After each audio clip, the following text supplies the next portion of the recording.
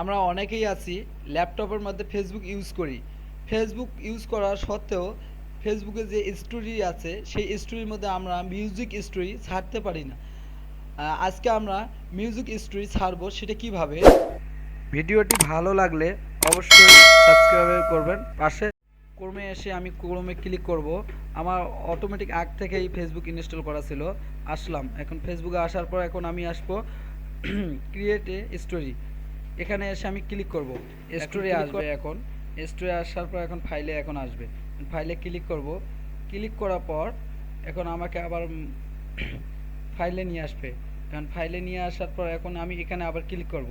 Click করার পর এখন আবার আমি নিচের লাইনে আবার ক্লিক করব। নিচের লাইনে ক্লিক করার পর এখন আমার যে ভিডিওটা ভালো লাগে, আমার কাছে যে ভিডিওটা পছন্দ বোধ, সেই ভিডিও আমি ক্লিক করলাম। ক্লিক করার পর এখন আমি ওপেনে চাপ দেবো।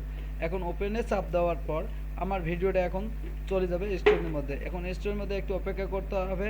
এই অপেক্ষা করার পর এই যে সি টু স্টোরি এখানে ক্লিক করতে হবে। স্টোরির মধ্যে ক্লিক করার পর একটু অপেক্ষা করার পর আমার স্টোরির মধ্যে ভিডিওটা চলে আসবে। এখন ভিডিওটা আমার কাছে এখন যদি ভালো হচ্ছে না, এখন আমি আবার অন্য ভিডিও ছাড়বো। ভিডিওটা এখন আমি ডিলিট করব। এখন আসবো থ্রি ডটে। এখন আমি থ্রি ডটে এসে ক্লিক করব। ক্লিক করার পর এখন ডিলিট আসছে, ডিলিট অপশনে ডিলিট করব।